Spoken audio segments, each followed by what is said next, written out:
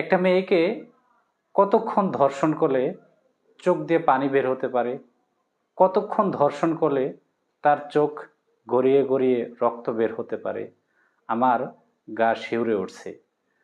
আপন মানুষ চেনা বড় দায় রে, আপন মানুষ চেনা বড় দায়, আপন মানুষ চেনা বড় দায় রে, আপন মানুষ চেনা বড় দায়। বন্ধুরা, আপন মানুষ চেনা অত্যন্ত কঠিন। আমি আজকে অত্যন্ত দুঃখের সহিত জানাচ্ছি, আপনি দুনিয়াতে কাকে বিশ্বাস করবেন, আপনি কার সাথে চলবেন। আজকে তাকিয়ে দেখেন মৌমিতার দিকে।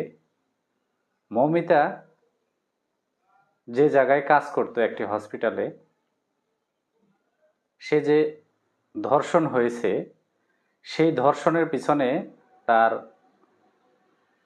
কর্মস্থলের কলিগ, আমরা সাধারণত যে জায়গায় কাজ করি, যে জায়গায় বিভিন্ন মহলের লোকজন থাকে, বিভিন্ন পরিবারের লোকজন থাকে, আমরা তাদের সাথে একসাথে ওঠা বসা করি, একসাথে চলাচল করি, অনেক সময় দুঃখ কষ্ট তাদের সাথে ভাগাভাগি করি। আজকে নিজ কর্মস্থলের কলিগকে যদি মৌমিতা বিশ্বাস করত, অথবা এই বিশ্বাস করা যদি তার কালপিট হবে, সে কখনো ভাবে নাই।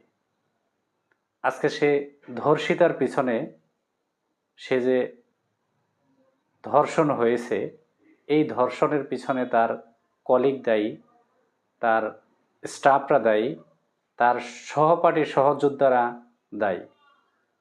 একটা মেয়েকে কতক্ষণ ধর্ষণ করলে চোখ দিয়ে পানি বের হতে পারে, কতক্ষণ ধর্ষণ করলে তার চোখ গড়িয়ে গড়িয়ে রক্ত বের হতে পারে, আমার গা শিউরে উঠছে। তার যখন আমি নিউজটা দেখি, আমার অত্যন্ত কষ্ট লাগে। আজকে সমাজ কোথায় গিয়ে দাঁড়িয়েছে? আজকের মানুষ বিবেক কোথায়? কোথায় হারিয়ে গেল মানুষের সেই বিবেক? 18-20 জন পুরুষ মিলে একজন মেয়েকে যদি ধর্ষণ করে, আর সেই সাথে তার কলিগ যদি 2 হাতে ধরে থাকে, আজকে সমাজের এই বর্বর চিত্র দেখার জন্য কি আমরা আজকে দাঁড়িয়েছি? আমরা কাকে বিশ্বাস করব? কাকে শোনাবো এই দুঃখের কথা? বাঁচতে দিল না মৌমিতাকে, বাঁচতে দিল না।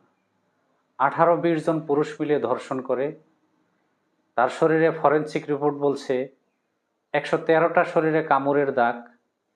কি দুর্ধর্ষ, কি মর্মান্তিক রে ভাই, কি মর্মান্তিক! খুবই দুঃখজনক। আমার মনটা বারবার কেঁদে উঠছে তার জন্য। কতই না সে চিৎকার করেছিল।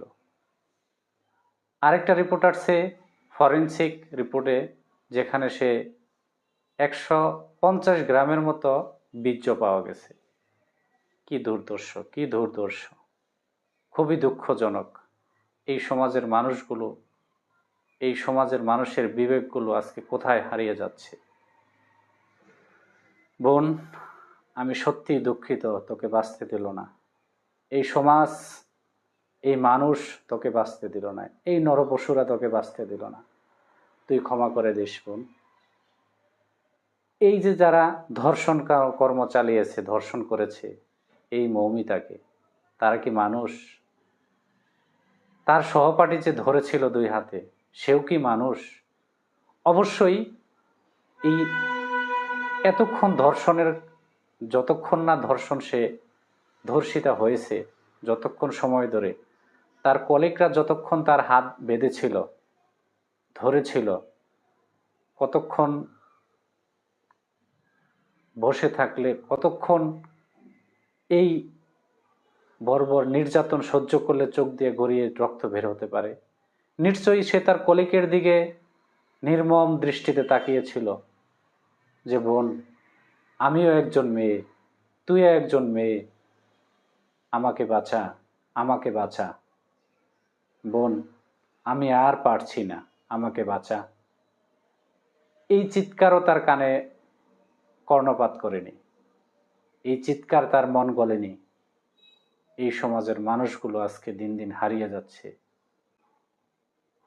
আপনাদের আমার অত্যন্ত কষ্ট হচ্ছে কথাগুলো বলতে। আপনারা এই সমাজের মানুষগুলোর জন্য কিছু কি করতে পারেন না?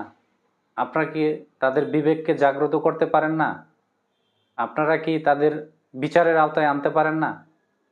অবশ্যই আমরা চাই এর সুষ্ঠু বিচার, সুষ্ঠু তদন্তের মাধ্যমে সঠিক একটি বিচার কর্ম, এমন একটি বিচার যাতে হয় যে দৃশ্য দেখলে সারা বিশ্বের মানুষ, সারা বিশ্বের নরপশু যাদের হৃদয় কম্পন করে উঠবে, যারা এই ধরনের কর্ম করতে আর সাহস পাবে না।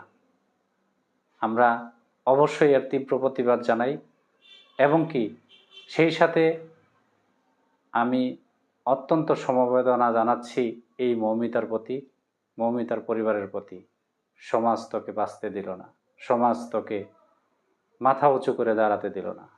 হায় সমাজ, হায় রে দেশ, হায় রে বিবেক।